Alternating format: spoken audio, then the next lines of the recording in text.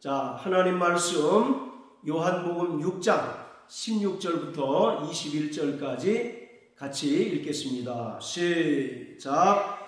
저물매 제자들이 바다에 내려가서 배를 타고 바다를 건너 가버나움으로 가는데 이미 어두웠고 예수는 아직 저희에게 오시지 아니하셨더니 큰 바람이 불어 파도가 일어나더라. 제자들이 노를 저어 십여리쯤 가다가 예수께서 바다 위로 걸어 배에 가까이 오심을 보고 두려워하거늘 가라사대 내니 두려워 말라 하신대 이에 기뻐서 배로 영접하니 배는 곧 저희의 가려던 땅에 이르렀더라. 아멘. 본문의 말씀은 바다 위로 걸어오신 예수님에 관한 이야기입니다. 요한복음에는 7개의 표적이 기록되었습니다. 요한복음 2장에는 가나의 혼인잔치에서 물을 포도주로 만든 표적이 있고, 그리고 4장에는 왕의 신하를 주님께서 살려주신 표적이 기록되어 있습니다. 그리고 5장에는 38년 된 병자를 주님께서 고치신 사건이 기록되어 있고, 또 6장에는 본문 앞에 있는 오병이어의 표적, 그리고 우리가 읽은 바다 위를 걸어오신 표적이 기록되어 있습니다. 그리고 요한복음 9장에는 나면서부터 소경된 자를 주님께서 고치신 표적이 기록되어 있고, 11장에는 죽은 나사로를 살리신 표적이 기록되어 있습니다. 이처럼 요한복음에는 7개의 표적이 기록되어 있는데, 오늘 우리가 읽은 이 본문은 예수님께서 바다 위를 걸어오신 표적을 기록하고 있습니다. 요한복음을 제외한 마태복음, 마가복음, 누가복음에는 훨씬 더 많은 기사와 이적이 기록되어 있어요. 그런데 요한복음에는 이러한 7개의 표적만을 기록해 놓고 있습니다. 그러니까 마태, 마가, 누가복음, 즉 공관복음서와 요한복음의 그 차이는 바로 표적의 분량이 차이가 납니다. 마태, 마가, 누가복음에는 훨씬 더 많은 표적들이 기록된 반면에 요한복음에는 7개의 표적만을 기록해 놓고 있어요. 이렇게 분명한 분량의 차이가 있습니다. 사도 요한이 7개의 표적만을 기록하고 있는 것은 이 표적을 통해서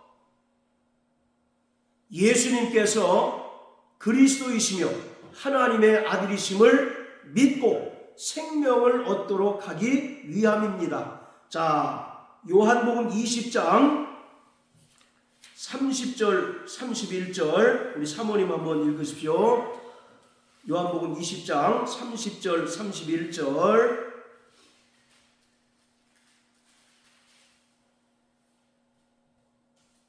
예수께서 제자들 앞에서 이 책에 기록되지 아니한 다른 표적도 많이 행하셨으나 오직 이것을 기록함은 너희로 예수께서 하나님의 아들 그리스도이심을 믿게 하려 하며 또 너희로 믿고 그 이름을 힘입어 생명을 얻게 하려 함이니라. 아멘. 네. 자, 30절에 보면 이 책에 기록되지 않은 다른 표적도 많이 행하셨다라고 말합니다. 그런데 사도 요한은 7개의 표적만을 기록해 놓았는데 이것은 다분히 의도적이라는 것입니다. 이러한 표적들을 통해서 예수님께서 하나님의 아들 그리스도이심을 믿고 또 그 이름을 힘입어 생명을 얻도록 하기 위해서 이러한 표적을 기록했다는 것입니다. 그러니까 마태, 마가, 누가복음에 나타난 그 기사와 표적과 또 요한복음에 나타난 7개의 표적은 그 목적 자체가 분명히 다른 것을 알 수가 있습니다. 자, 그리고 마태, 마가, 누가복음과 요한복음의 그 표적의 차이는 마태, 마가, 누가복음은 바로 그 믿음이 예수님의 표적을 일으키는 하나의 동기, 바로 원인이 되었습니다. 그러니까 예수님께서 병든 자의 그 믿음을 보시고 그를 고치시는 표적을 행하셨던 거예요. 이처럼 마태복음, 마가복음, 누가복음은 그 사람에게 있는 믿음을 보시고 예수님께서 병을 고쳐주시고 또 기사와 표적을 행하셨습니다. 그러니까 믿음이 예수님께서 기사와 표적을 일으키게 하는 중요한 원인 또는 동기가 된 것이 마태, 마가, 누가복음입니다. 반면에 요한복음은 먼저 예수님께서 표적을 행하셨어요. 그리고 그 표적을 통해서 예수님께서 그리스도이시며 살아계신 하나님의 아들이심을 믿고 고백하도록 하였던 것입니다. 자, 우리 요한복음 21장을 다 같이 한번 보십니다. 요한복음 11장. 자, 요한복음 11장.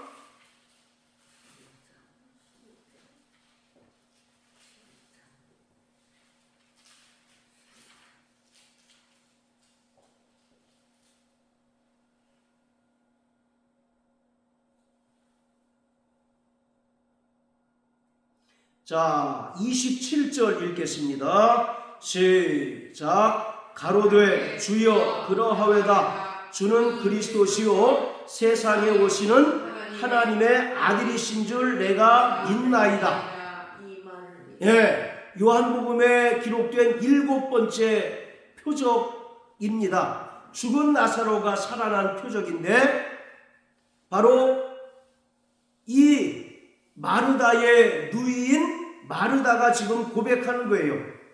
예수님께서 나는 부활이요 생명이니 나를 믿는 자는 죽어도 살겠고 살아서 나를 믿는 자는 영원히 죽지 아니하리니 이것을 내가 믿느냐? 라고 물었을 때 마르다가 고백한 것이 주는 그리스도시요 세상에 오시는 하나님의 아들이십니다 라고 고백합니다. 자, 이처럼 요한복음은 주님께서 먼저 표적을 행하시고 그 표적을 통해서 예수님께서 그리스도이시며 살아계신 하나님의 아들이심을 믿음으로 고백하도록 만들었습니다. 자, 다시 요한복음 6장으로 돌아가서요. 오늘 본문은 예수님께서 물 위를 걸어오신 표적을 보여주셨습니다. 그런데 그 앞에 요한복음 6장 1절부터 14절까지는 우리가 너무나 잘 알고 있는 오병이어의 표적을 기록하고 있습니다. 그리고 오늘 본문 그 뒤에 나오는 내용은 무엇이냐면 바로 생명의 떡에 관한 이야기입니다. 이것을 하나의 큰 줄거리로 우리가 이해할 수 있어야 하는데 이것은 예수님께서 이 땅에 출애굽을 이루러 오신 영적인 출애굽을 완성하러 오신 분이심을 보여주는 것입니다. 그래서 오늘 예수님께서 바다 위로 건너오신 사건은 이스라엘 백성들이 애굽에서 430년 동안 종생활하던 중에 유월절 사건을 통해서 그들이 출애굽하게 되고 또 홍해를 건넜는데 바로 바다 위로 걸어오신 이 사건은 출애굽한 이스라엘 백성들이 홍해를 건넌 사건을 정확하게 보여주고 있습니다. 그리고 오병이어의 사건은 광야에 머물던 이스라엘 백성들에게 하나님께서 하늘에서 생명의 만나를 주신 사건을 기록하고 있어요. 그 6장에 보면 너희 조상들은 하늘에서 내려온 만나를 먹었어도 죽었거든 이라고 이와 같이 말씀하신 것처럼 바다 위를 걸어오신 사건은 이스라엘 백성들이 홍해를 건넌 사건을 우리에게 보여주는 것이고, 또 주님께서 자신을 생명의 떡이라고 말씀하신 것은 이스라엘 백성들이 광야에 있을 때 하나님께서 만나를 먹여주신 사건을 설명하고 있습니다. 그리고 7장에 보면 예수님께서 7장 38절 39절에 뭐라고 말씀하셨냐면, 나를 믿는 자는 성경의 이름과 같이 그 배에서 생수의 강이 흘러 넘치리라. 이것은 성도들이 받을 성령을 가리키는 것이다 라고 말씀하셨는데, 바로 이것은 광야에서 이스라엘 백성들이 물이 없어서 하나님께 원망할 때 하나님께서 모세를 통해서 반석을 내리치게 하셨을 때 그 반석에서 물이 솟구쳐 나옴으로써 이스라엘 백성들이 그 갈증을 해결한 그 사건과 연결이 됩니다. 그렇기 때문에 오늘 우리가 읽은 6장 16절부터 21절까지의 말씀, 바다 위로 걸어오신 사건은 정확하게 이스라엘 백성들이 출애굽해서 홍해를 건넌 사건을 우리에게 보여주고 있는 것입니다. 그리고 이 요한복음 6장의 구조는 시편 78편의 구조와 동일한 것을 우리가 볼 수가 있습니다. 자, 여기 표시해 놓으시고 시편 78편을 다 같이 한번 보십니다. 구약성경 시편 78편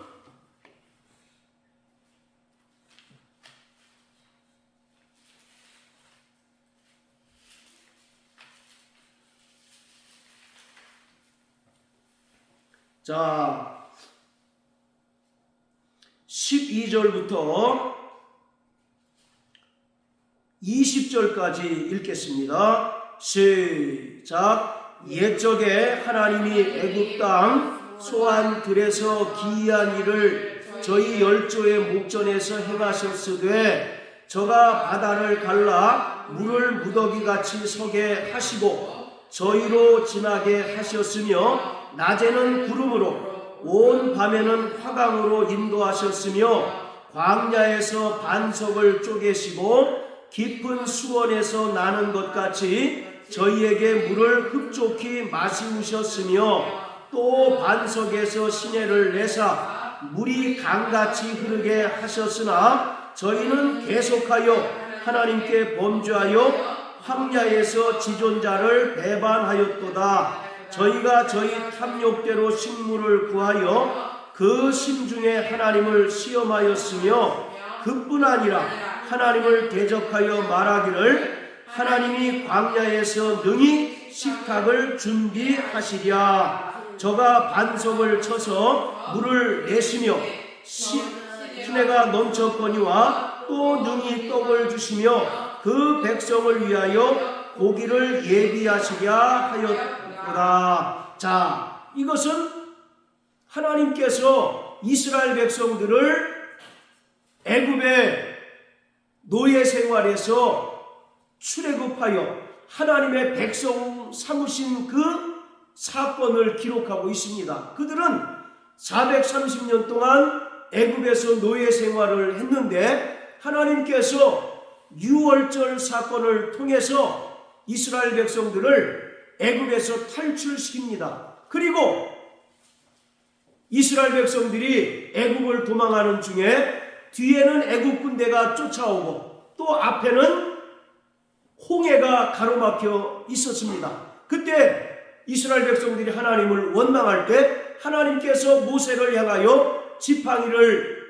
들라고 명하셨을 때 그 바다가 갈라졌습니다. 그리고 무사히 이스라엘 백성들은 그 바다를 건너서 광야로 갔지만 뒤쫓아오던 애국 군대는 모두 물에서 몰사했습니다. 그리고 무사히 광야를 건넌 이스라엘 백성들이 먹을 것과 마실 것을 요구했을 때 하나님께서는 만나를 내려주시고 또 반석을 내리치셔서 물을 주심으로 그들을 먹이시고 입히시고 또 밤에는 불기둥으로 낮에는 구름기둥으로 인도해 주셨어요. 자, 이처럼 예수님께서는 이 땅에 출애굽을 완성하러 오신 분이십니다. 할렐루야. 그 중에서 오늘 우리가 읽은 이 요한복음 6장의 내용은 정확하게 이스라엘 백성들이 홍해를 건넌 사건을 설명하고 있습니다.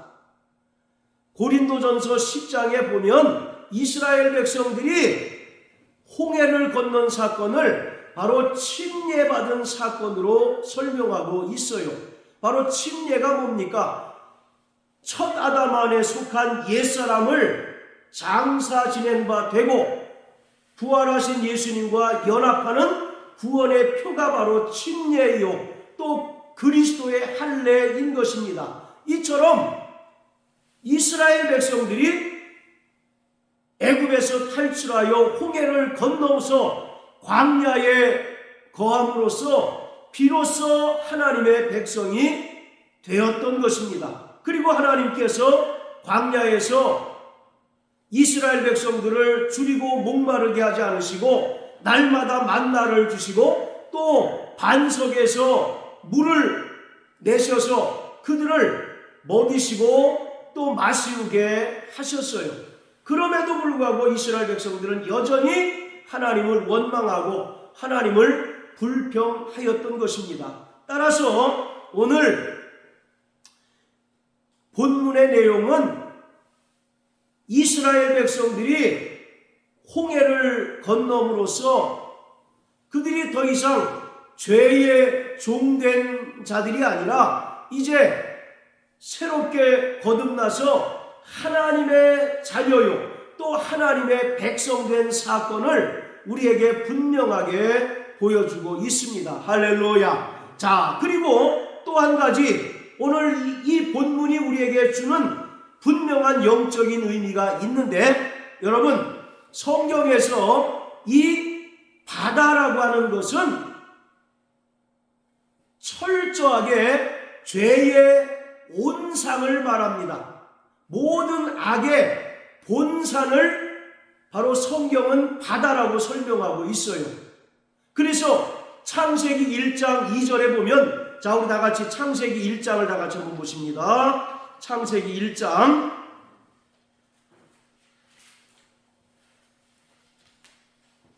자, 1절 2절 읽어봅니다. 시작. 태초에 하나님이 천지를 창조하시니라. 땅이 혼돈하고 공허하며 흑암이 깊음 위에 있고 하나님의 신은 수면에 운행하시니라. 자, 2절에 보면 땅이 혼돈하고 공허하며 흑암이 깊음 위에 있었다라고 말합니다. 여기서 이 깊음이라고 하는 단어가 히브리어로 테홈이라는 단어가 쓰였습니다. 자, 따라하세요. 테홈. 이 테홈이라고 하는 단어는 바다의 깊은 곳을 말합니다. 시면을 가리키고 있어요. 그런데 이 테홈이라고 하는 히브리어가 또 어떤 의미를 가지고 있느냐 하면 바로 무저갱을 의미합니다. 헬라어로 아비소스라고 하는데 바로 이 깊음이라고 하는 말은 깊은 바다를 의미하고 또 영적으로는 무저갱을 가리키는 단어가 사용되었어요. 유다서 6절에 보면 하나님께서 자기 지위를 지키지 아니하고 자기 처소를 떠난 타락한 천사를 바로 어두운 구덩이에 던져 넣으셨다라고 말씀하고 있습니다. 그것이 바로 무저갱이에요. 따라서 창세기 1장 2절에 보면 흑암이 깊음 위에 있었다라고 할 때 이 깊음이라고 하는 것은 무저갱을 가리키고 있습니다. 자, 이처럼 성경에서 바다는 모든 죄의 온상, 모든 죄의 본산을 가리키고 있습니다. 자, 우리 또 신약성경 계시록 13장을 다 같이 한번 보십니다. 계시록 13장.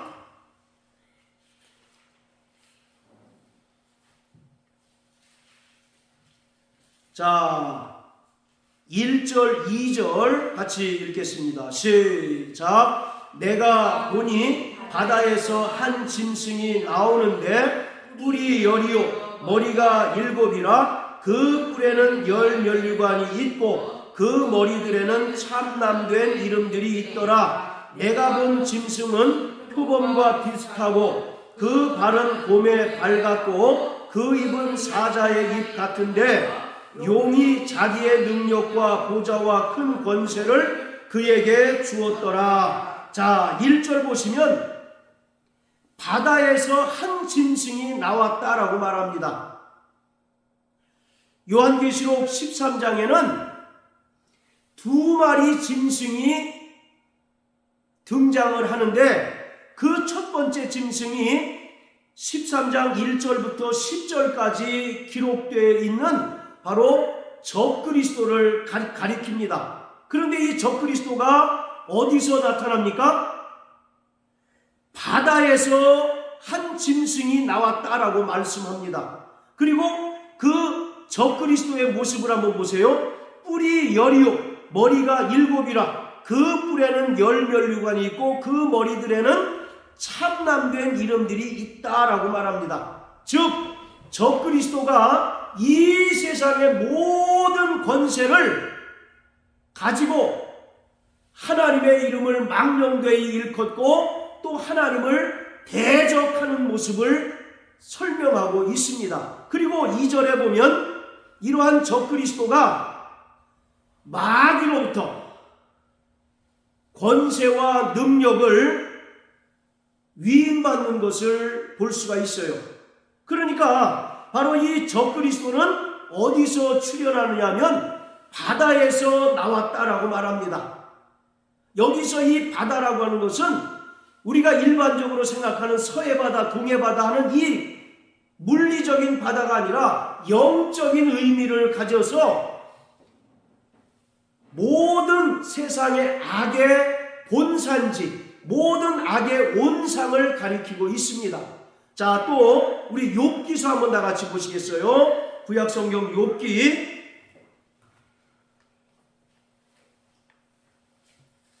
41장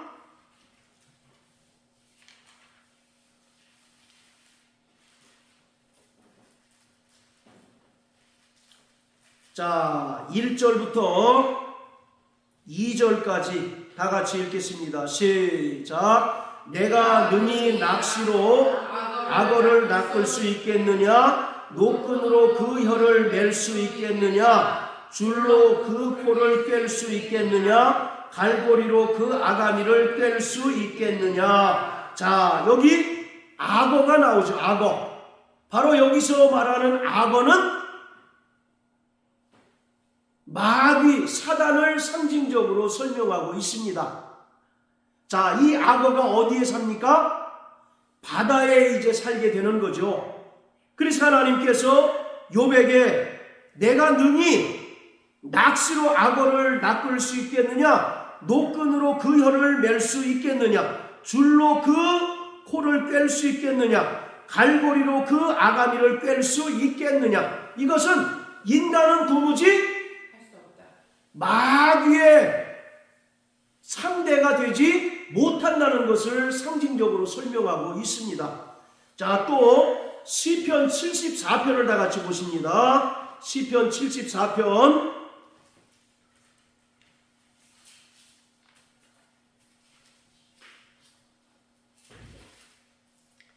자, 14절입니다.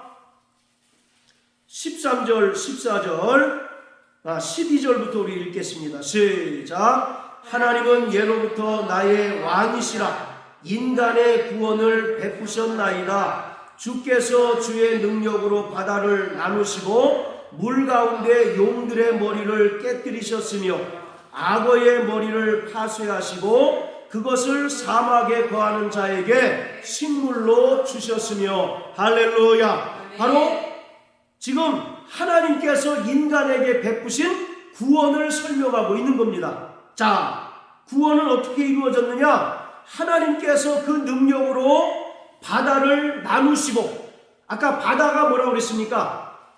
죄의 모든 온상이 바로 바다라고 말씀드렸죠. 그런데 하나님께서 그 바다를 나누시고 물 가운데 있는 용들의 머리를 깨뜨리셨다라고 말합니다.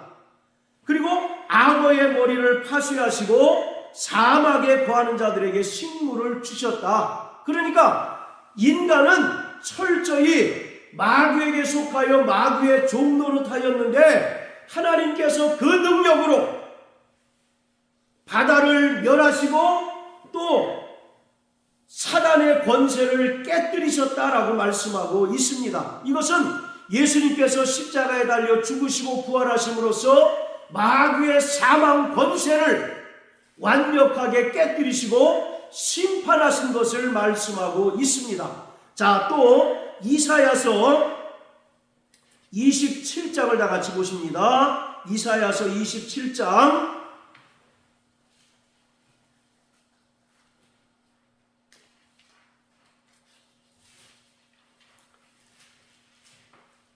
자, 1절 우리 큰 소리로 읽겠습니다. 시작. 그날에 여호와께서 그 견고하고 크고 강한 칼로 날랜 뱀 리워야단 곧 꼬불꼬불한 뱀 리워야단을 벌하시며 바다에 있는 용을 죽이시니라. 할렐루야. 자, 용이 어디에 있습니까?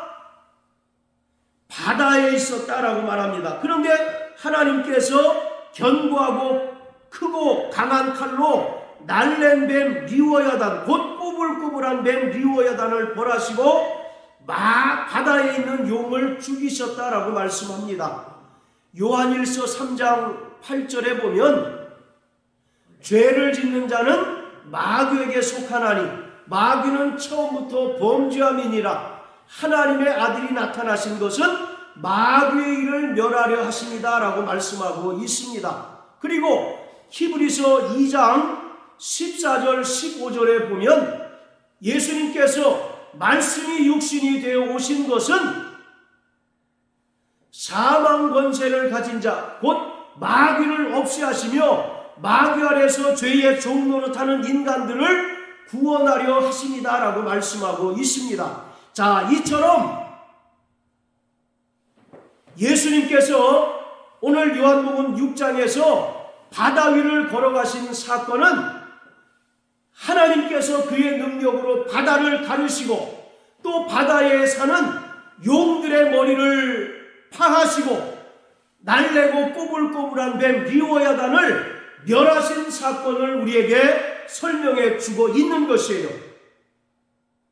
바로 우리는 죄값에 마귀에 팔린 자였습니다. 그래서 일생에 마귀에게 매여 죄의 종노릇하던 자들이었었는데 하나님의 아들 예수께서 이 땅에 말씀이 육신이 되어 오셔서 친히 죄인들을 대신하여 십자가에 달려 죽으시고 부활하심으로써 마귀의 사망 권세를 깨뜨리시고 또 마귀를 심판하셨습니다. 그리고 마귀 아래 죄의 종노릇하는 모든 인간들을 구원해 주셨어요. 아멘. 오늘 주님께서 바다 위로 걸어가신 사건은 예수님께서 마귀를 멸하시고 마귀 아래서 죄의 종노릇하는 인간들을 구원해 주신 사건을 우리에게 설명하고 있는 것입니다.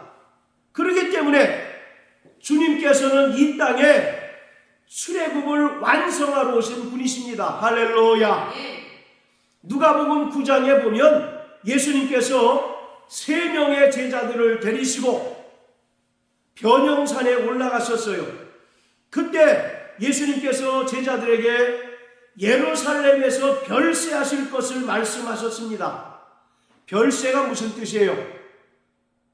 별세, 죽었다는 뜻 아닙니까? 세상과 이별하다, 그런 뜻 아니겠어요? 즉 죽는다는 바로 그러한 뜻입니다. 예수님께서 바로 예루살렘에서 별세하실 것을 말씀하셨어요. 그런데 이 별세라고 하는 단어가 헬라어로 엑소도스입니다. 엑소도스가 바로 출애굽을 가리킵니다. 그러니까 예수님께서는 이 땅에 영적인 출애굽을 완성하러 오신 분이라는 것입니다.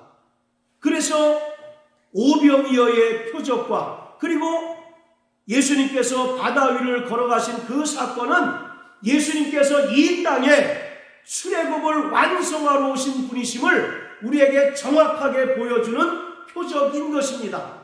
할렐루야.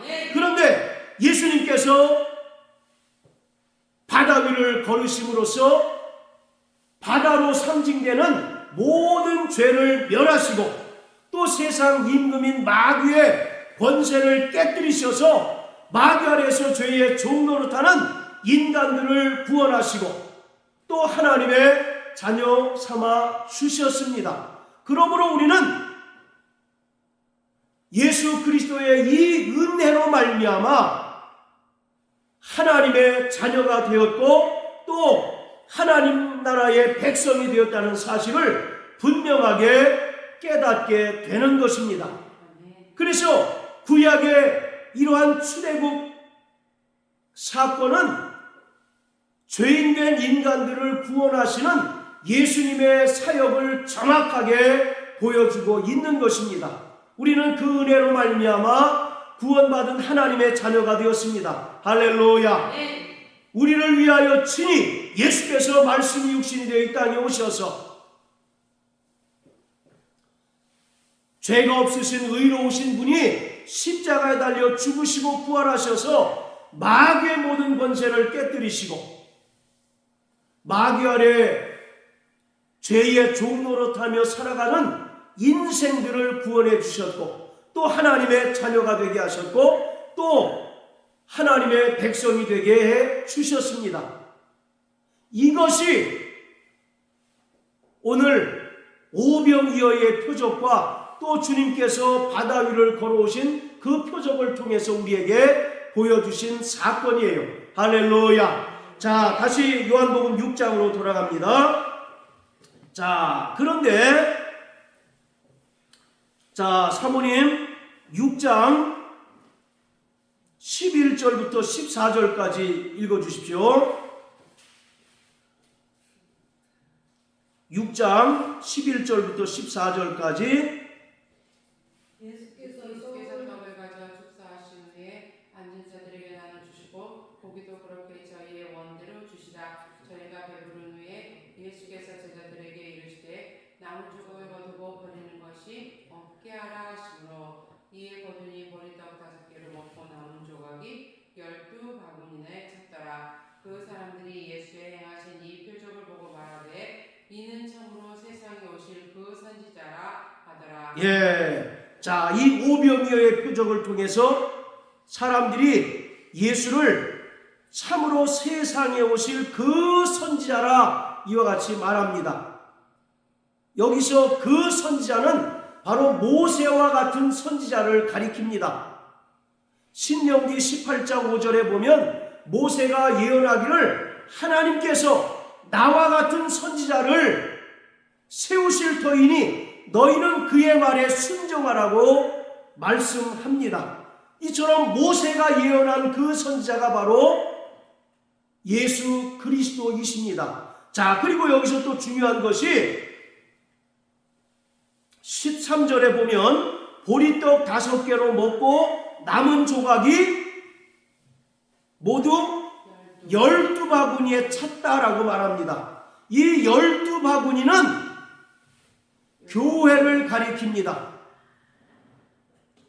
구약의 이스라엘 12지파가 구약 교회이고 또 예수님께서 공생애를 시작하시면서 12명의 제자들을 택하시고 세우셨는데 그 12명은 신약교회의 바로 기초입니다. 그래서 예수님께서 이 오병이어의 이적을 통해서 사람들을 배불리게 먹고 남은 조각이 12바구니에 찼다라는 것은 예수님께서 이렇게 출애굽을 완성하심으로써 구원받은 하나님의 백성들을 교회로 불러 모으셨다는 것입니다. 주님께서는 그 피를 의지하고 그 피를 믿음으로 말미암아 구원받은 하나님의 백성들을 이 세상에서 고아나 과부처럼 흩어보내신 것이 아니라 교회로 불러 모으셨습니다. 할렐루야. 네. 그래서 교회라고 하는 말은 불러 모으다라는 뜻이 있어요. 그냥 세상에 방치하고 방임하신 것이 아니라 구원받은 성도들을 교회로 불러 모으셨습니다. 그리고 교회를 통하여 철저히 진리로 양육하고 하나님의 백성으로 다듬어 가는 것입니다. 그것이 성도들에게 있어서 교회 생활은 바로 광야 생활입니다. 이스라엘 백성들이 40년 동안 광야에서 하나님의 백성으로 연단되고 하나님의 백성으로 다듬어졌던 것처럼 예수님의 은혜를 믿음으로 말미암아 구원받은 하나님의 자녀들은 철저히 교회에 속하여 하나님의 백성으로 다듬어지는 과정을 겪어야 합니다. 그래서 교회 밖에서는 결코 구원이 이루어질 수 없는 거예요. 오직 그리스도의 몸된 교회를 통해서 우리가 철저히 진리로 양육받고 또 하나님의 백성으로 다듬어질 때 이러한 자들만이 영원한 하나님 나라에 들어갈 수 있는 것입니다. 구약의 출애굽 사건을 보더라도 출애굽 1세대들 중에는 여호수아와 갈렙만 가나안 땅에 들어갔죠. 이처럼 비록 구원받은 자라 할지라도 교회를 통해서 철저히 진리로 양육받고 하나님의 백성으로 양육받고 다듬어지는 과정을 거치지 않으면 이러한 사람은 하나님 나라에 들어갈 수가 없는 것입니다. 자, 따라하세요. 교회는 그리스도의 몸이다. 그래서 우리가 그리스도의 몸된 교회의 지체가 되고 또 교회에 속해서 교회의 질서를 따르고 또 교회를 통하여 주시는 그 성령의 음성을 듣고 이 땅에서 철저히 양육을 받고 또 하나님의 백성으로 연단되고 다듬어질 때 우리가 하나님의 백성으로서 온전히 변화될 수 있는 것입니다. 그러므로 사랑하는 성도 여러분, 날마다 우리에게 베풀어 주신 구원의 은혜로 감사하는 자 되시길 주의 이름으로 축복합니다. 우리가 신앙생활이 오래 됐기 때문에 어느덧 구원받은 그 은혜와 그 감격이 희미해질 대로 희미해져 버리고 말았습니다. 그리고 또 그 구원의 감격을 상실한 이들이 너무나 많다는 것입니다. 요한계시록 2장을 통해서 주님께서 말씀하시기를 처음 사랑을 회복하라고 말씀합니다. 어디서 떨어졌는가 돌이켜 회개하고 처음 행위를 가지라고 말씀하고 있어요. 우리는 날마다 주님께서 우리에게 베풀어 주신 그 구원의 은혜와 구원의 감격이 충만한 자 되시길 주님의 이름으로 축복합니다. 그럴 때 우리가 세상에서 여러 가지 고난을 당하고 또 신앙적인 박해를 당할지라도 능히 주님께서 베풀어 주신 그 구원의 은혜로 말미암아 승리할 수 있습니다. 그뿐만 아니라 오늘 우리는 철저하게 교회 중심의 신앙생활을 해야 합니다. 교회의 질서에 순복하고 또 교회를 향하여 주시는 그 성령의 음성을 듣고 그 음성에 절대적으로 순종할 때 우리는 끊임없이 하나님의 백성으로 변화되어지고 또 세상을 이길 수 있는 능력 능력과 힘을 소유하여 세상 가운데서도 승리하는 그리스도인의 삶을 살아가게 되는 것입니다. 이러한 삶을 살아내는 저와 여러분들 되시길 주의 이름으로 축복합니다. 할렐루야.